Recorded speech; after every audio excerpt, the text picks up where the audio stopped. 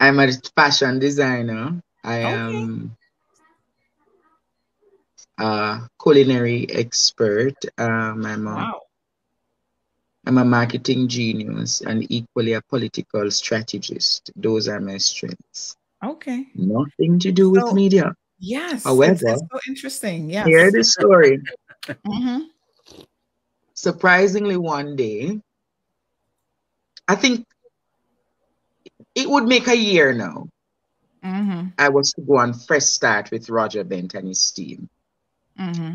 And I was doing a story because today would mark a year that I did my 21 days feeding of the public sector, the frontline workers in Jamaica for 21 days.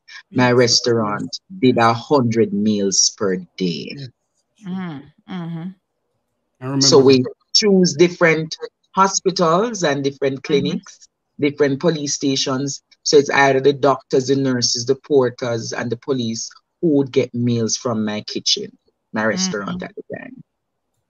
And Roger called me and said, "Hey, Andre, this is a big story. Come on my platform and speak about it." So when Mm-hmm. I spoke about the Go ahead, son. Go ahead, Andre. when I Yes. spoke about what happened, Mm-hmm. they said to me, "Andre, can you come?" I went on their program and I spoke. And he Mm-hmm. said, "No, Andre, I'm going to now dub you a friend of Fresh Starts." I said, "What does that mean?" Mm-hmm. He called me and said, "Andre, we have some so in increasingly I started to go on the program twice weekly as a guest. And then he popped the question early November and he said, "Andre, can you come in to be a host with me for the rest of the year?" So from November to December, I was just on radio, just speaking facts, speaking truths, just giving my opinion on things. And at the same time, learning how to be precise, learning how to be sharp and to be witty. And thanks to Sir Roger Bent to guide me, you know them say on the job training. I was on the job training. Sometimes he would be so harsh when the empty slots come up, the breaks come up, you're chatting too much, to the point, to the point, to the point. And I'm saying, Roger, give me some. No, I'm saying, no, Andre, you have it to the point. To the Mm-hmm. point where I continued. January started in February. I had a issue that I was attacked at my home. And the station said to me, Andre, you need to take a break. And then the station started to get letters from the government willing to sue them if I stay on the radio program. So Mm-hmm.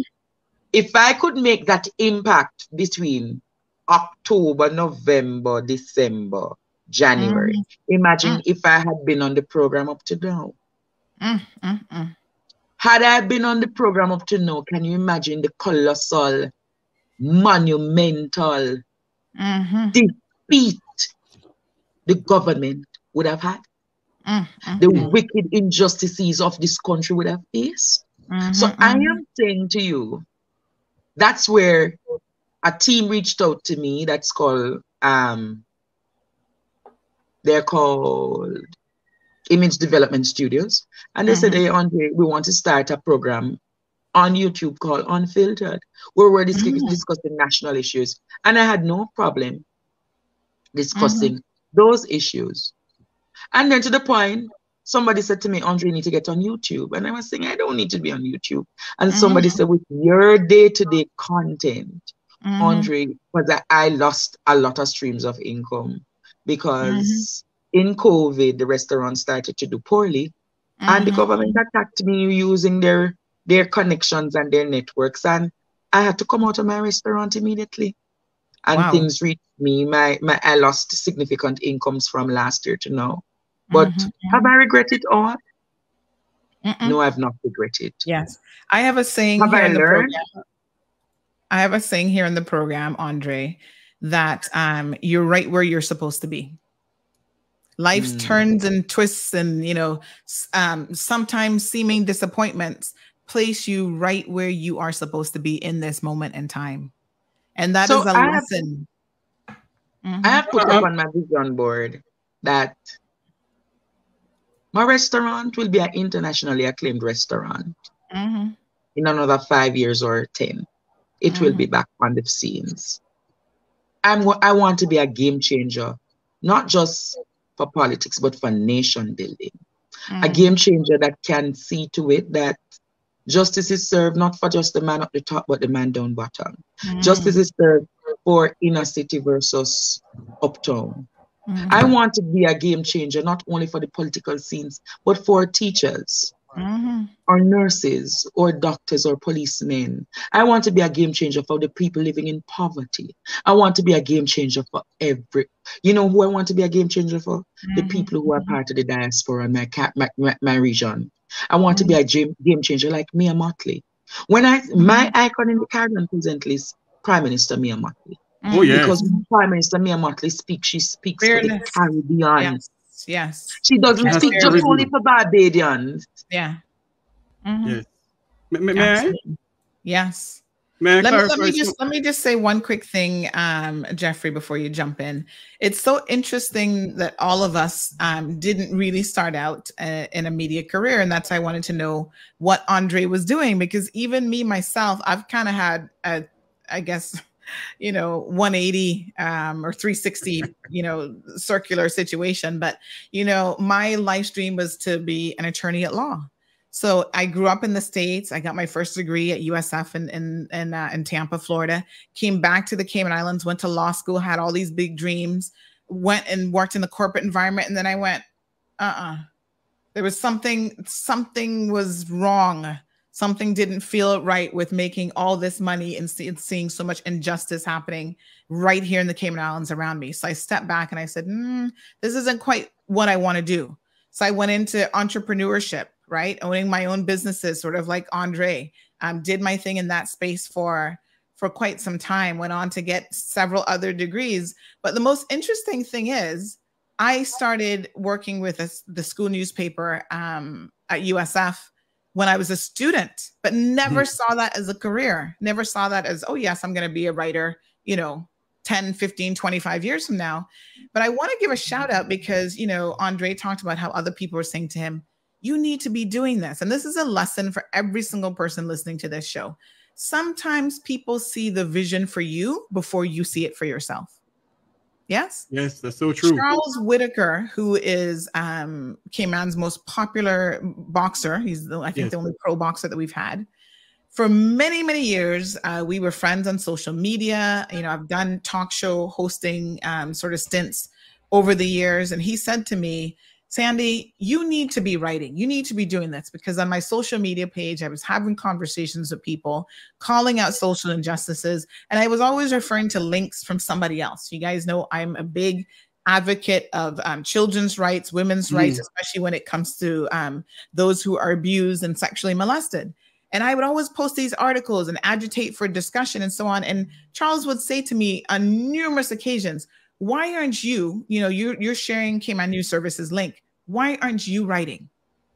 Why aren't you bringing these issues to the forefront on your own? Because you're doing it on social media anyway. All right. But why aren't you, why don't you have your own news? And I kept saying to him, no. Like I said no to Charles so many times. I said, no, let her do it.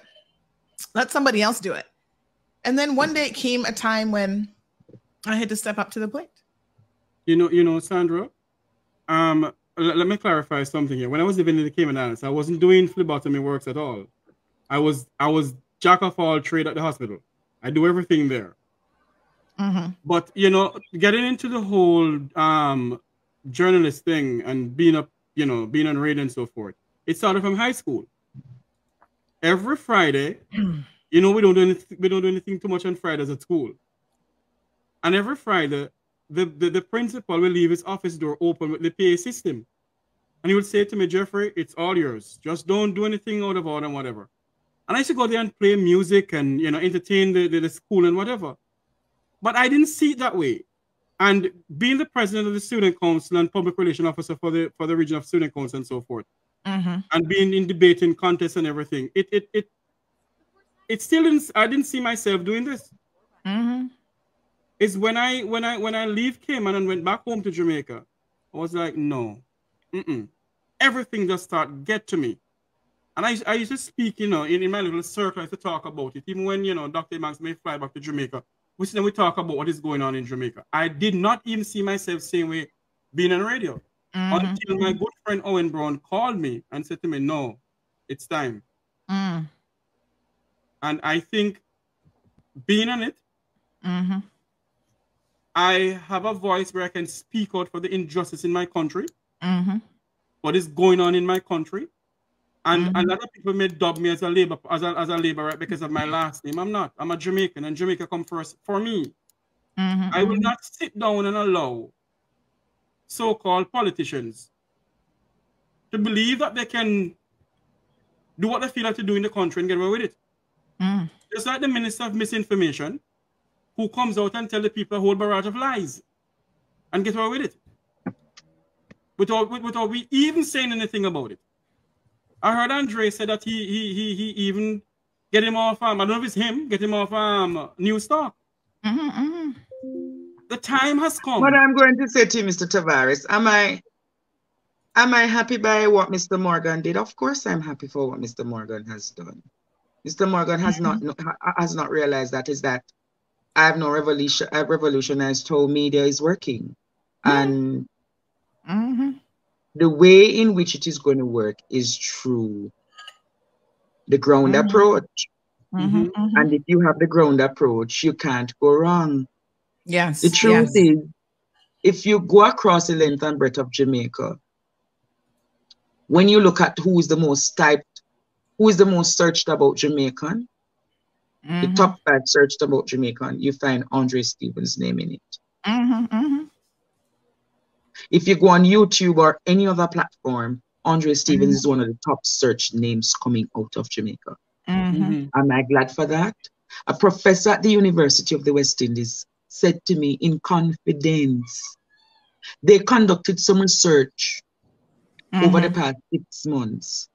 And if you know, Mr. Stevens, how influential you are, you'll be surprised. And I said, what do you think? They said when they search the algorithms, the views, the viewership are in millions and not double digits million. I'm saying, what are you saying? And they're saying, Mr. Stevens, your voice is getting very powerful. Keep on the track. Many of the people, no media house in Jamaica wants to interview me. You know, let me make that clear. Hold on, Andre, don't say that. Andre, don't say that. I will interview you. I'm telling you. No, but what I am saying to you, up to today, no media house in Jamaica has ever been willing to talk to me. If I carry a story, the print media never acknowledges Andre carried the story. No. If I carry breaking news, they will hear it on my own platform and they will never give me credit. Right. Wow. But no. If you hear that I'm in Cayman talking, you're going to hear some of them come now. Andre, can we do an interview with you next week? Can we do an interview with you a few weeks from now? I go and take it because it's only a madman not going to take the platform. Yes. But you remember they said a king is never celebrated in this country. Here you go. Yes, true. So I understand mentally where I was going at. I know I would be refused by friends and family. When I started my journey, family denounced me because they said they don't want a politician can kill them. Lord have mercy. Personally, I have not spoken to my mother from February of this year. Oh my God. My mother don't talk to me. My mother denounced me. Wow. It hurts. Of course it hurts. But when